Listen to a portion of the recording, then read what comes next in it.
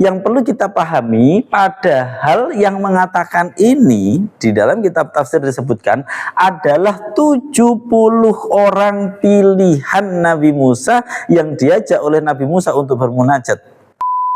Ini artinya apa? Bahwa kita diminta ya oleh Allah untuk benar-benar masuk di dalam kisah ini, dan bahwa, perhatikan, nanti kita akan melihat ternyata kita secara tidak disadari, umumnya manusia sering mengatakan ini.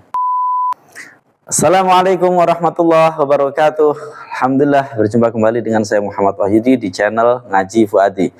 Kita akan melanjutkan kajian kita surat Al-Baqarah ayat ke-55, masih tentang Bani Israel. Kali ini apa yang dilakukan Bani Israel kita akan kaji untuk kemudian mengambil pesan apa yang sebenarnya diajarkan Allah kepada kita semua. Tapi sebelum itu, sekali lagi untuk Sobat Fuadi yang belum memiliki mushaf Quran Nahwu Al-Fuadi, ini adalah mushaf yang akan mempermudah kita untuk mentadabburi Al-Quran kata demi kata, sehingga dapat mengambil pesannya lebih mendalam. Dan jika Anda mempelajari nahwu sorof, mushaf ini dilengkapi dengan analisa nahwu, ya, di tiap kata per katanya ada analisa menggunakan warna, membedakan isim, fiil, dan huruf hanya dengan warna. Dan yang kedua adalah analisa kedudukan i'rab atau tarkib di tiap kalimatnya. Maka segera miliki mushaf Quran Nahwu Al-Fuadi dengan cara klik link pembeliannya yang ada di deskripsi. Baik, jangan lama-lama, mari kita ngaji Fuadi.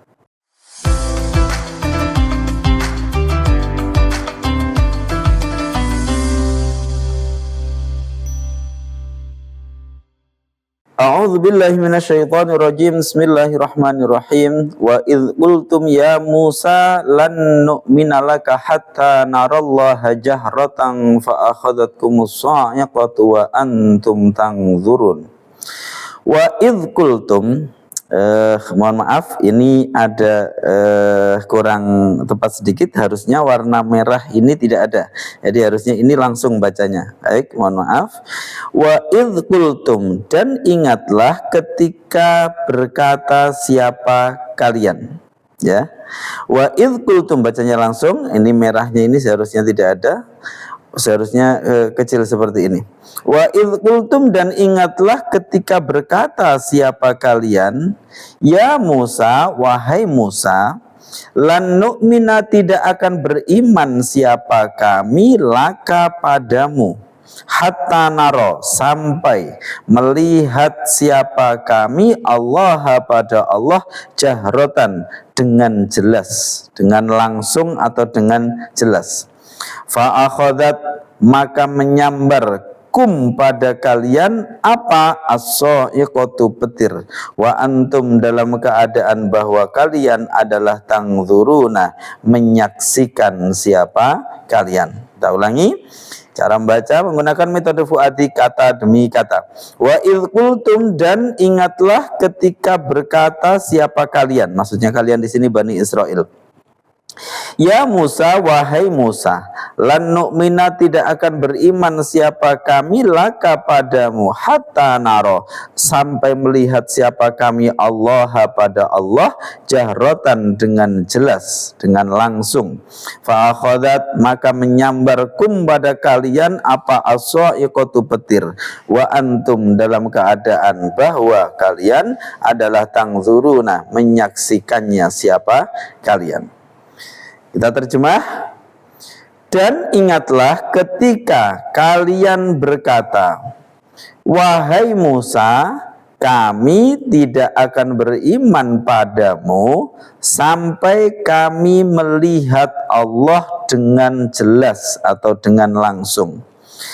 Maka petir menyambar kalian dalam keadaan kalian menyaksikannya. Nah, baik, Sobat Fuadi, kita akan lanjutkan dengan kajian tafsir maupun i'rabnya kata demi kata.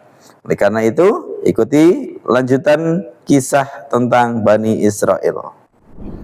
Baik, kita lanjutkan analisa kata demi kata. Wa idh qultum, dan ingatlah ketika ya telah berkata siapa kalian, ya Musa, wahai Musa, lan nu'mina, tidak akan beriman siapa kami laka kepadamu, hatta naro, sampai sehingga melihat siapa kami Allah pada Allah jahrotan, dengan jelas, dengan langsung. Baik, ini yang perlu kita ingat ya, sekali lagi ini adalah ada wawu ya, ini masih huruf athof, menyambungkan pembahasan ini dengan ayat-ayat sebelumnya. Ini yang harus kita ingat selalu, bahwa ini Allah mengajarkan kepada kita dari kisah Nabi Musa. Allah mengajarkan satu persatu peristiwa untuk kemudian kita ambil, kita renungi maknanya. Wa idh qultum, kemudian di sini ada yang menarik, dan ingatlah ketika berkata siapa kalian.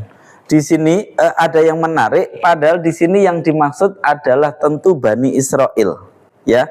Tapi Al-Qur'an untuk siapa? Al-Qur'an untuk manusia. Maka di sini ada rasa, jadi cara mengkaji Al-Qur'an terbaik adalah dengan cara menjadikan kita sebagai mukhatabnya Al-Qur'an, menjadikan diri kita sebagai yang sedang diajak bicara oleh Al-Qur'an.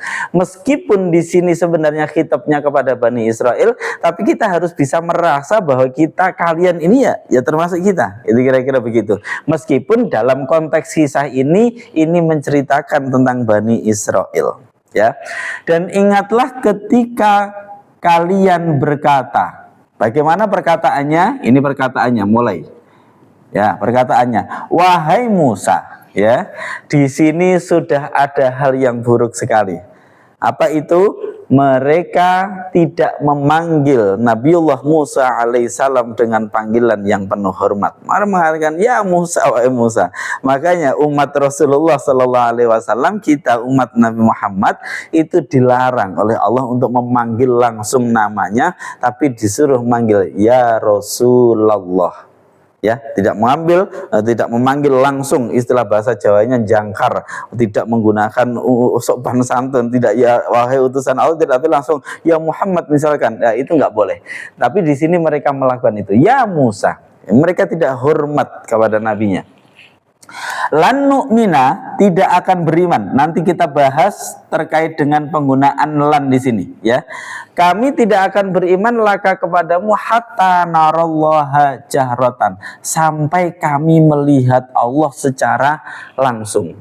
Yang perlu kita pahami, padahal yang mengatakan ini di dalam kitab tafsir disebutkan adalah 70 orang pilihan Nabi Musa yang diajak oleh Nabi Musa untuk bermunajat.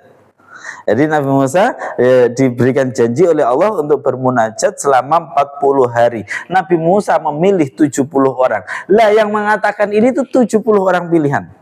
Bayangkan ini. Jadi Nabi Musa sebagai nabi ini benar-benar diuji juga kesabarannya, sehingga nanti di ayat yang lain ketika Rasulullah menghadapi orang-orang kafir Quraisy itu yang begitu, atau menghadapi orang-orang Yahudi waktu itu, menghadapi orang-orang Yahudi, orang-orang kafir Quraisy yang begitu luar biasa, menyatakan Muhammad, kalau kamu memang benar-benar nabi, itu turunkan Quran langsung aja dari langit. Jangan pakai kamu menyatakan mendapat wahyu, turunkan langsung Quran jatuh dari langit kalau emang kamu benar-benar nabi. Begitu ada kata-kata yang begitu kasar, Allah kemudian mengingatkan ya, yas'aluka ahlul kitab bi antunazzila alim kitabam minas sama faqad sa'alu Musa akbar min dzalika faqalu arinallaha jahratan.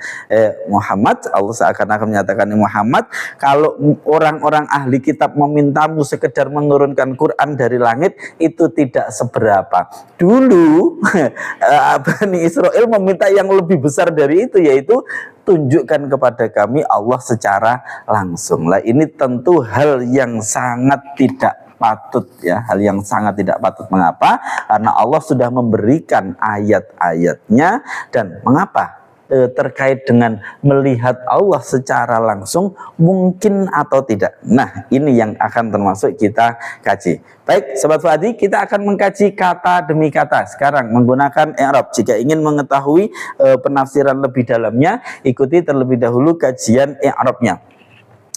Wawu ini huruf ataf melanjutkan dari yang sebelumnya. Id di sini adalah dzaraf lil madi, mengingatkan terhadap masa lalu.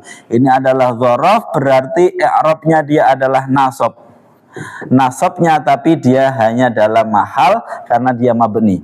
Kultum ini ada dua kalimat. Perhatikan, kultum ada dua kalimat berasal dari kola yang bersambung dengan dhamir rafa' mutaharik tum. Ya, kola asalnya adalah kowala, ala wazni fa'ala. Kemudian ketika bersambung dengan tum, dhamir rafa' mutaharik, maka dia harus mabni sukun. Jadilah dia qawaltum, ya. Jadi mabni sukun. Nah, kemudian wawunya sendiri harus dirubah menjadi alif, ya. Qala. Berarti di sini kemudian kalau kita ikutkan atasnya adalah qaltum. Nah, maka ini tidak bisa dibaca karena ada dua huruf yang sama-sama mati di sini sama-sama sukun. Ini alif, ini adalah sukun bertemu. Karena tidak memungkinkan, maka kemudian yang huruf ilat harus dibuang. Jadilah dia qaltum. Ya, begitu jadi qaltum. Kemudian ingat ada alif yang dibuang, yang alif ini aslinya adalah wawu.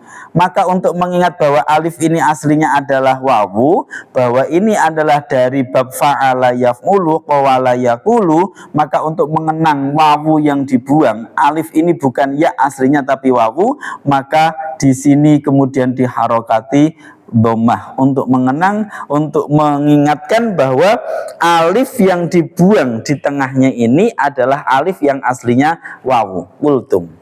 Sehingga nanti kalau yang dibuang adalah alif yang aslinya ya, nanti diharokati kasroh. Contohnya saro, yasiru, ya, saro yasiru fi'il mudhari'nya, atau ba'a yabi'u. Ini nanti ketika dia bersambung dengan tum misalkan menjadinya sirtum. Nah, seperti ini menjadi kasroh untuk mengenang bahwa yang dibuang ini adalah alif, yang alif ini aslinya adalah ya, sayaro. Baik. Jadi ini adalah asal usul dari kola bertemu dengan tum menjadi kultum. Baik, kita lanjutkan. Kemudian tum in jadi yang tadi fi'il madhi yang mabni sukun karena bertemu dengan dhamir rafa' mutaharik. Dhamir rafa' mutahariknya berarti sebagai fa'ilnya sehingga i'rabnya rafa' namun hanya dalam mahal.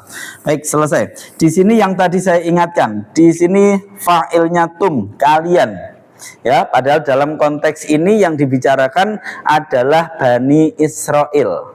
Kemudian Bani Israel pun yang berkata seperti ini adalah Bani Israel yang zaman dulu, bukan Bani Israel yang di zaman Rasulullah.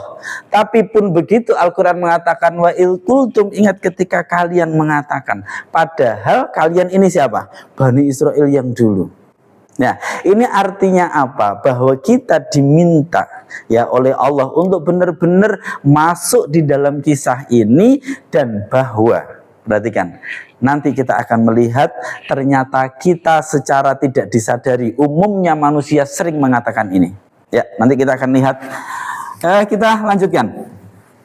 Dan ingatlah ketika berkata siapa kalian. Nanti kita akan buktikan bahwasanya manusia secara tidak disadari sering mengatakan ini. Ya Musa, wahai Musa. Ya, ini adalah huruf nida untuk memanggil. Dia kalimat huruf, hukumnya mabni. Musa berarti adalah munada yang dipanggil. Berarti Musanya ini adalah munada. Munada sebenarnya di sini munadanya munada mufrad berupa satu kata, seharusnya dia mabni dhammah. Seperti ya Allahu, ya Muhammadu, harusnya begitu. Tapi karena di sini huruf akhirnya berupa alif, maka dhammahnya pun tidak nampak. Maka kemudian di sini ya Musa. Ya, secara mahal dia adalah nasab karena dinasabkan oleh huruf nida. Baik, kita lanjut. Ya Musa, wahai Musa, lan nu'mina. Nah, ini yang tadi saya sampaikan akan kita bahas. Di sini lan ini adalah kalimat huruf. Huruf apa dia? Yang pertama, dia adalah huruf nasab.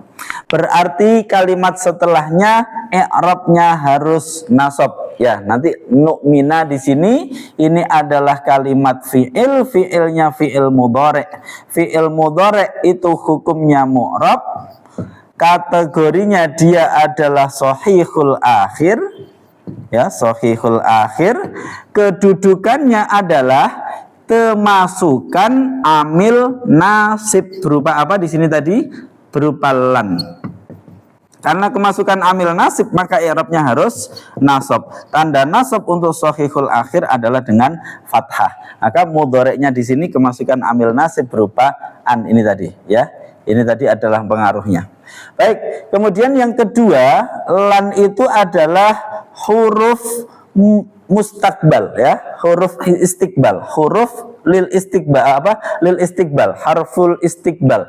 Dia huruf fi'il mudhari itu kan sebenarnya makna zamannya itu bisa hal, bisa istiqbal, bisa sekarang, bisa yang akan datang. Tapi ketika sudah kemasukan lan, maka lan ini dia huruf nafi, tapi nafinya itu nafi yang istiqbal, nafi yang akan datang. Oleh karena itu makna dari lan itu adalah tidak akan. Ya, jadi maknanya dari lan ini menentukan maknanya tidak, tapi tidaknya tidak akan.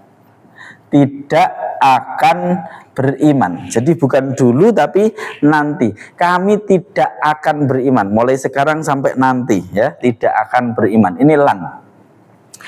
Lan nu'mina tidak akan beriman siapa kami? Nu'mina selesai. Laka kepadamu. Ya, sudah.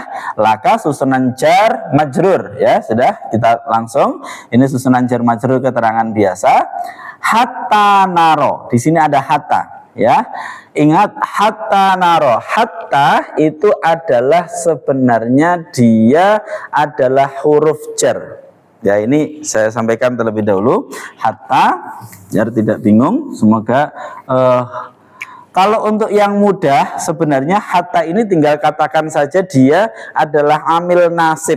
Karena amil nasib, maka naro fi'il mudhari i'rabnya harus nasab. Itu sebenarnya lebih mudah untuk yang pemula, ya. Kalau di tingkatan pemula, hatta ini adalah amil nasib sehingga naro ini adalah fi'il mudhari yang i'rabnya adalah nasab. Kita yang versi pemula terlebih dahulu. Ini adalah huruf amil nasib, menasabkan fi'il mudhari setelahnya. Maka naro di sini dia adalah fi'il mudhari yang hukumnya mu'rab, kategorinya adalah mu'tal akhir, ya, mu'tal akhir karena huruf akhirnya berupa ini dari ro'a yaro. Dia berasal dari ro'a melihat, kemudian fi'il mudhari'nya yaro, ya. Ro'a yaro berakhir dengan alif, ya. Kemudian di sini huruf mudhari'ahnya menggunakan nun untuk menunjuk kepada kami, ya, sehingga naro yaro berubah menjadi naro. Jadi ini fi'il mudhari'. Kemudian kedudukannya, ingat hatta kita katakan nasib, berarti di sini adalah kemasukan amil nasib berupa hatta. Karena kemasukan amil nasib maka i'rabna nasab, nasabnya mu'tal akhir, ditandai karena mu'tal akhirnya dengan alif, nasabnya ditandai dengan fathah tapi muqaddarah, fathah yang hanya dikira-kirakan. Insya Allah di ahad depan, ahad yang besok ini kita akan sampaikan kemarin yang saya janjikan, yaitu kapan saja suatu isim ataupun fi'il itu tanda i'rabnya hanya dikira-kira itu kapan saja. Insya Allah di hari Ahad nanti kita sampaikan. Baik, kita lanjutkan. Jadi di sini tanda nasabnya menggunakan fathah tapi dikira-kirakan karena huruf akhirnya berupa alif. Baik, kita lanjutkan. Ini adalah cara yang termudah, tapi saya ingin menyampaikan yang aslinya juga. Hatta ini aslinya adalah harful jar atau huruf jar. Huruf jar. Sehingga kalau setelah hatta kok kalimat isim, maka isim itu jadi majrurnya. Contoh itu yang di surat Al-Qadr. Hatta matla'il fajr. Gimana itu? Inna anzalna fil lailatul qadri wa ma adraka mal lailatul qadri. Nah, di ujung akhirnya itu kan hatta matla'il fajr. Hatta matla'il fajr. Nah, ini karena ini setelahnya kalimat isim, maka kemudian di sini menjadi majrurnya. Jadi ingat, hatta itu sebenarnya adalah huruf jar. Nah, lalu bagaimana kok di sini ada hatta yang itu huruf jar kok masuk kepada kalimat fi'il, padahal kita tahu huruf jar menjadi tanda bagi kalimat isim. Nah kan begitu. Kita tahu huruf jar itu menjadi tanda bagi kalimat isim. Lah di sini kok dia kok masuk kepada fiil? Oleh karena itu disebut bahwasanya hatta ini menasobkan tidak dengan sendirinya tapi dengan adanya an yang tersimpan secara wajib dalam hal ini. Berarti hatta naro aslinya adalah hatta an naro. Nah, aslinya ada an yang tersimpan, ya, an yang tersimpan. Nah, berarti kalau di sini ada an yang tersimpan, an itu adalah yang pertama menasabkan. Berarti yang menasabkan naro bukan hatta, karena hatta huruf jar, yang menasabkan sebenarnya an yang tersimpan. Yang kedua, an ini selain dia adalah huruf nasab, dia adalah huruf masdar. Sehingga dia membentuk fi'il setelahnya menjadi suatu kalimat isim. Nah, gitu ya. Membentuk fi'il setelahnya menjadi kalimat isim, ya. Nah, berarti di sini hatta ru'yatina, seperti itu seakan-akan sampai kami melihat, sampai melihatnya kami, ya. Sampai kalau kita maknani pakai fuati, hatta an-nara, sampai adanya melihat siapa kami. Berarti di sini susunan an yang berupa huruf masdar plus fiilnya ini menjadi namanya masdar muawwal, masdar yang ditakwil, ya. Masdar muawwal inilah yang sebenarnya berposisi sebagai majrur dari huruf jar ini. Jadi ini panjang penjelasannya seperti ini. Hatta sebenarnya huruf jar, naro ini nasabnya bukan oleh hatta tapi oleh an yang tersimpan. An yang tersimpan bersama fiil setelahnya membentuk masdar muawwal, masdar yang ditakwil dari fiil yang kemasukan huruf masdar ini. Lah masdar muawwal inilah yang berkedudukan sebagai majrurnya hatta. Sebenarnya seperti itu secara penjelasan detailnya. Tapi kalau penjelasan ini terlalu ribet, ya sudah, nggak usah pakai ini, pakai yang pertama tadi, bahwasanya hatta itu amil nasib. Tapi jangan katakan huruf nasab, katakan saja amil nasib, meskipun menasabkannya tidak dengan sendirinya tapi dengan an yang tersimpan. Hatta adalah amil nasib, maka naro ini adalah dinasabkan karena kemasukan hatta. Baik, itu penjelasan yang versi pemula. Kita lanjutkan. Kami tidak akan beriman sampai hingga kami melihat, ya, kami melihat Allah pada Allah. Di sini ada fiil plus fa'ilnya. Fiilnya adalah naro, fa'ilnya berupa dhamir yang tersimpan kalau diwujudkan berupa nahnu. Sehingga kami melihat Allah pada Allah. Di sini lafaz Allah menjadi maf'ul bih. Maf'ul bih i'rabnya harus nasab, tanda nasabnya di sini menggunakan fathah karena dia adalah isim mufrad. Sampai kami melihat Allah jahrotan, secara langsung, secara terang benderang, secara jelas. Nah, jahrotan. Di sini jahrotan bisa kita jadikan maf'ul mutlak karena dia dari masdar. Ya, ada juga yang menjadikan dia sebagai hal, tapi kalau saya lebih suka menjadikan maf'ul mutlak. Hatta narallaha. Lah, bagaimana menjadikan maf'ul mutlak? Berarti di sini kita kira-kirakan ada maf'ul mutlak yang aslinya, ru'yatan. Ya, seperti itu. Hatta nara, sehingga melihat siapa kami Allah pada Allah, ru'yatan dengan penglihatan, jahrotan yang jelas. Kemudian ru'yatannya dibuang, digantikan oleh naatnya jahrotan. Jahrotan menduduki kedudukannya maf'ul mutlak. Ada juga yang langsung menjadikan jahrotan ini masdar tapi berkedudukan sebagai hal, ya, masdar tapi kedudukan sebagai hal. Tapi kalau menurut saya lebih mudah seperti ini. Jadi dia naat yang menggantikan masdarnya. aslinya hatta narallaha ru'yatan jahratan, dengan penglihatan, dengan melihat jahratan yang nyata langsung, yang jelas. Nah, ini ya, kalau kita jadikan seperti ini berarti ru'yatan ini adalah maf'ul mutlak dari naro. Ini masdarnya. Maf'ul mutlak i'rabnya harus nasab. Kemudian jahratan ini aslinya adalah naat dari ru'yatan, sama-sama karena naat dari kalimat yang nasab berarti i'rabnya juga harus nasab. Nah, naat ini kemudian dipakai untuk menggantikan langsung maf'ul mutlaknya. Baik, kita selesai di sini. Sobat Fadil rahimakumullah, nanti di akhir kita akan bahas terkait dengan ini. Kita lanjutkan terlebih dahulu ayat berikutnya. Fa'akhadatkumus sha'iqatu wa antum tanzurun. Fa'akhadat, maka lalu menyambar kum pada kalian apa as-sha'iqatu, petir. Fa di sini adalah huruf ataf, ya, huruf ataf melanjutkan dari sini tadi. Ya, setelah mereka menyatakan ini, ya, terus kemudian fa'akhadha, lalu sebenarnya akhadha itu mengambil, ya. Tapi karena di sini as-sha'iqah itu adalah petir, maka yang dimaksud petir mengambil, maksudnya menyambar. Fa'akhadhat, lalu maka menyambar kum pada kalian. Di sini akhadhat ini adalah fi'il madhi. Fi'il madhi mabni fathah, karena tidak bersambung dengan dhamir rafa mutaharik ataupun nau jama'. Tak di sini adalah tak lit taknis, tanda untuk muannas, untuk menyatakan bahwasanya fa'ilnya fi'il ini muannas, yaitu as-sha'iqah.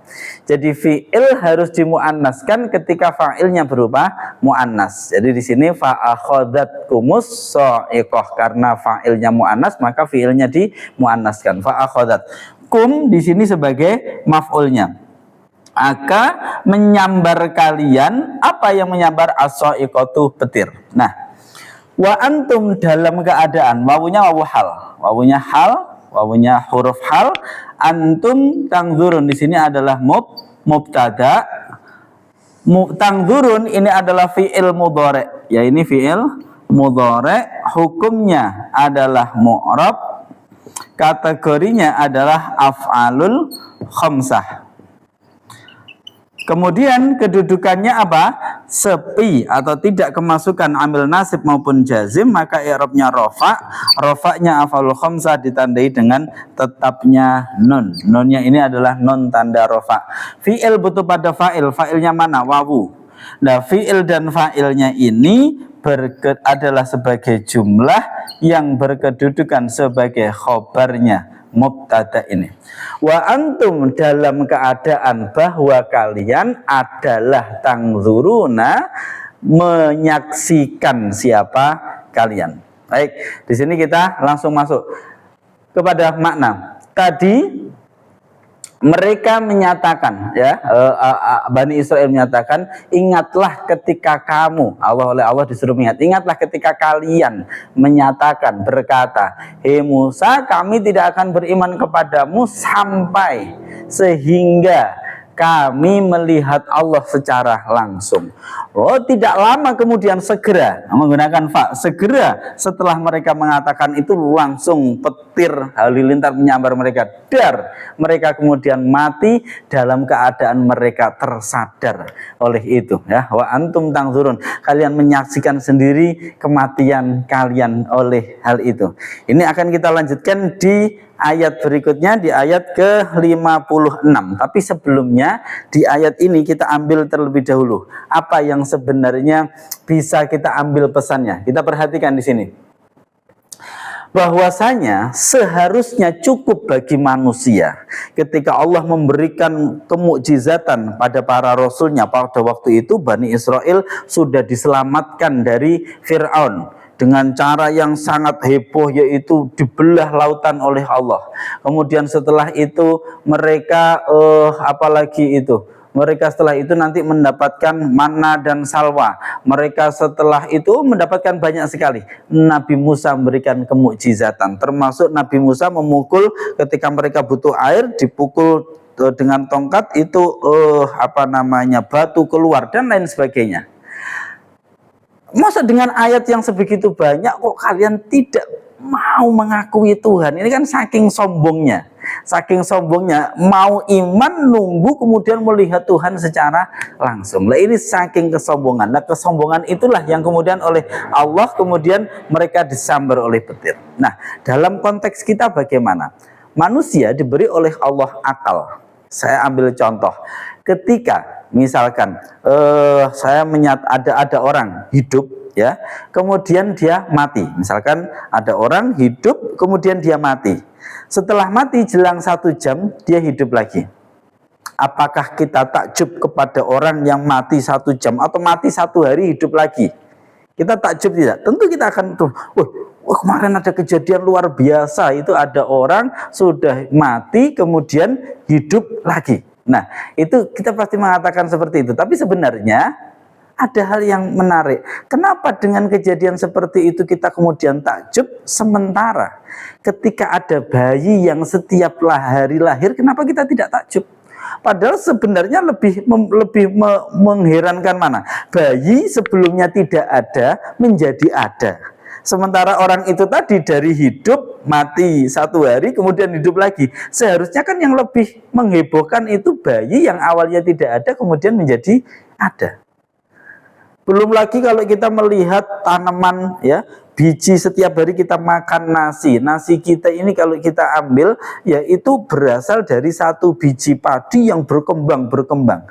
1 biji padi yang sudah diambil, ya, yang sudah kering, ya, kita katakan sudah mati karena sudah tercabut dari tangkainya, kemudian sudah kering. Kemudian ditanam kok bisa hidup lagi, jadi tanaman lagi. Terus kemudian menumbuhkannya. Itu sebenarnya bukankah itu sudah cukup ajaib? Nah, itu ya, di dalam bahasa kita, bukankah seharusnya kita sudah, oh iya, ini siapa yang merancang seperti ini? Belum lagi kalau kita lihat matahari yang terlalu bersih, yang selalu bersinar menerangi kita, oksigen yang selalu tersedia. Ini harusnya kita cukup untuk mencari tahu ini siapa yang mengatur ini semua. Huwa Allah. Nah, jika kemudian manusia masih mengatakan kami tidak bisa beriman kepada Allah jika kami tidak bisa melihat, wah, itu namanya sombong. Oleh karena itu di sini fa'akhadhatkumus sa'iqah. Maka ayat ini yang perlu kita ingat adalah apakah tidak cukup, nah, segala hal yang dipertontonkan Allah di muka bumi ini, dan juga ayat-ayat yang sangat sinkron dengan apa yang kita lihat. Kalau ini sudah sinkron, sudah cukup, harusnya dengan akal ini cukuplah untuk kemudian kita mengatakan alhamdulillahirabbil alamin. Nah, oleh karena itu, Sobat Fuadi rahimakumullah, semoga ayat ini menjadikan kita tersadar bahwa keimanan ini adalah sesuatu yang harusnya paling fundamental, yang harusnya kita tidak ada penolakan sama sekali, bisa benar-benar kita yakini dengan seyakin-yakinnya. Demikian kajian kita ayat ke-55. Kita akan lanjutkan di ayat berikutnya apa yang Allah berikan petunjuk-petunjuk kepada kita melalui surat Al-Baqarah, kisah tentang Bani Israel. Jika video ini bermanfaat, silahkan subscribe, share, dan berikan komentar yang positif, dan berikan masukan kepada kami. Semoga kita semua istiqomah dalam tadabburi Al-Quran. Demikian saya Muhammad Wahyudi. Assalamualaikum warahmatullahi wabarakatuh.